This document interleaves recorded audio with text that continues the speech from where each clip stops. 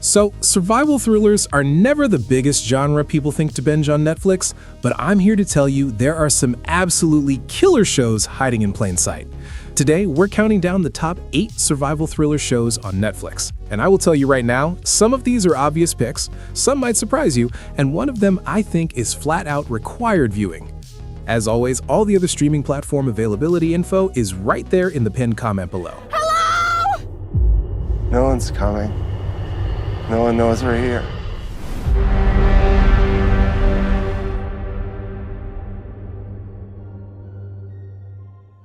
Right off the rib, let's talk about a show that I genuinely cannot stop recommending. This is a girls' high school soccer team. Their plane goes down in the remote wilderness, and from there, YELLOWJACKETS does something that almost no survival show has had the nerve to do. It shows you who these people were before, and then it shows you who they became. And the gap between those two things is absolutely horrifying. The dual timeline structure is just brilliant television. You're watching these teenage girls fight to survive, and then you're watching the women they grew into carrying all of that weight decades later. Ashley Lyle and Bart Nickerson built something here that is part teen drama, part psychological horror, part Lord of the Flies, and honestly, there's nothing else on TV right now that feels remotely like it. I will warn you though, this is not a light watch. This show goes to some dark places and it earns every single one of them. 3 seasons in and it is still at the height of its popularity, which tells you everything you need to know. If you have somehow not started this yet, make it your next binge. You will not regret it. We're all alone. I'm alive. Now, The Society only got 1 season, and that is a genuine crime that I will not stop being angry about. This is a show set in Connecticut. A group of high school kids come back from a trip, and every single adult in their town is just gone, vanished. No explanation, no warning, nothing. And what The Society does with that premise is smarter than it has any right to be. Because these kids don't just survive, they have to build a functioning society from the ground up. Rules, leadership, justice, economics, and the show uses every single character to represent a different philosophy about how that should work. You've got your pragmatists, your idealists, your opportunists, and watching them clash is riveting in a way that most political dramas can only dream of. The thing I love most is that the show never tells you who's right. It genuinely encourages you to sit with the discomfort of these hard questions and decide for yourself. It's YA on the surface, sharp as a tack underneath.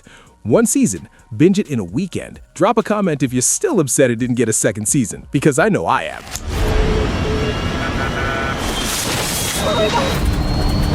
All right. Keep Breathing is a show I find myself recommending a lot because it strips the survival genre down to its most essential elements. No ensemble cast, no big societal collapse, just one woman, Melissa Barrera, the sole survivor of a plane crash in the Canadian wilderness, trying to figure out if she's going to make it out alive. Brendan Gall and Martin Garrow created this as a miniseries, and I think that's exactly the right format for this story. 6 episodes, tight pacing, and a real commitment to getting inside Barrera's head. The show layers in her backstory in a way that makes the survival stakes feel genuinely personal. This isn't just about whether she can find water and build a fire, it's about whether she even believes she's worth saving. Now, is this the most groundbreaking thing you'll ever watch? Probably not, but as a tight, well-acted, emotionally grounded survival story, it really delivers. If you want something you can finish in 1 sitting that will actually stick with you afterward, Keep Breathing is a really good pick. Nobody can remember anything at all about how we woke up here. Then what? I mean, our plane went? Okay, I'll be straight with you about The Island. This one is divisive. Created by Anthony Salter, it follows 10 people who wake up on an island with absolutely no memory of who they are or how they got there. No context, no backstory, nothing. Just each other and a series of increasingly brutal tasks standing between them and getting back to civilization. The concept is genuinely fascinating. Think Survivor, but someone took it apart and rebuilt it as a sci-fi drama with actual philosophical ambitions about identity and choice and what makes someone who they are. When it works, it really works. When it doesn't, it kind of collapses under the weight of its own ideas. I think the reason people split on this show is that it demands a lot of patience before it starts paying things off. But if you can lean into the weirdness and go along for the ride, there's actually quite a bit to appreciate here. It's the kind of show you want to watch with someone just so you can argue about it afterward. And honestly, that's a pretty good time. It's a good time to mention, I put out videos regularly to make sure you never run out of great things to watch. And if you're enjoying this one, hit that like button. It genuinely helps. All right, back to the list.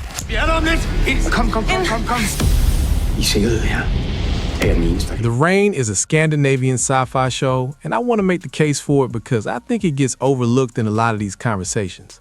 The premise is brutal. A virus carried in rainfall has essentially wiped out the human population. Two siblings who've been hiding out in a bunker since it started eventually emerge and find a small group of survivors, and together they set out across a completely different version of the world they used to know. What I appreciate about The Rain is that it doesn't let the sci-fi concept do all the heavy lifting. The show is really about these characters figuring out who they are in a world that has no rules anymore. The coming-of-age element lands in a way that feels earned, and the relationship between the siblings is genuinely compelling throughout. Now, I'll be honest, it doesn't always stick the landing on its bigger ideas. There are moments in later seasons where the show reaches for something it can't quite grab, but it is never predictable, and 3 full seasons means there's a lot of story here. If you're a fan of European sci-fi or you just want something that takes the survival genre somewhere a little different, The Rain is absolutely worth your time.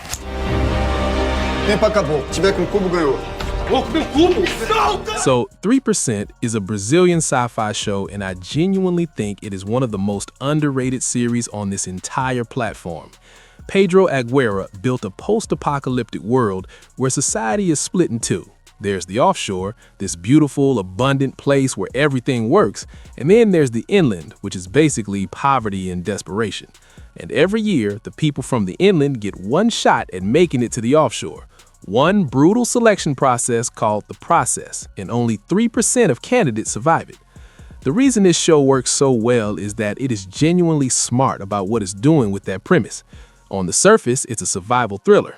Underneath, it's a pointed, uncomfortable examination of class, privilege, and the systems we build to justify inequality. It is relevant in a way that should make you a little uneasy, and it is absolutely supposed to. 4 seasons, a complete story with a real ending, top performances, and a central concept that never gets old. This is one of the best things I've recommended from Netflix in a long time, and the fact that it's in Portuguese should not stop you. Give it 2 episodes. You will be hooked. I'm the first human to discover evidence of an alien intelligence. Lost in Space is one of those shows I keep coming back to because it does something genuinely rare in the survival genre. It actually gives you a family you want to root for. The Robinson family is chosen to help forge a new path for humanity on a distant world. Their trip goes sideways almost immediately, and they end up stranded on an alien planet that is actively trying to kill them. Now, the show is based on the classic 1965 series, and showrunner Burke Sharpless did a really smart job of honoring what made the original beloved, while turning it into a genuinely gripping modern sci-fi series. Every episode moves, there's no fat here. 28 episodes and not a wasted minute in the bunch. But what really sets it apart is the warmth. This family actually communicates. They actually like each other. In a genre that tends to strip people down to their worst instincts, Lost in Space insists on hope and decency, and somehow that makes the danger feel even higher. 3 Primetime Emmy nominations, and every single one was deserved. If you want survival thriller with actual heart, this is your show.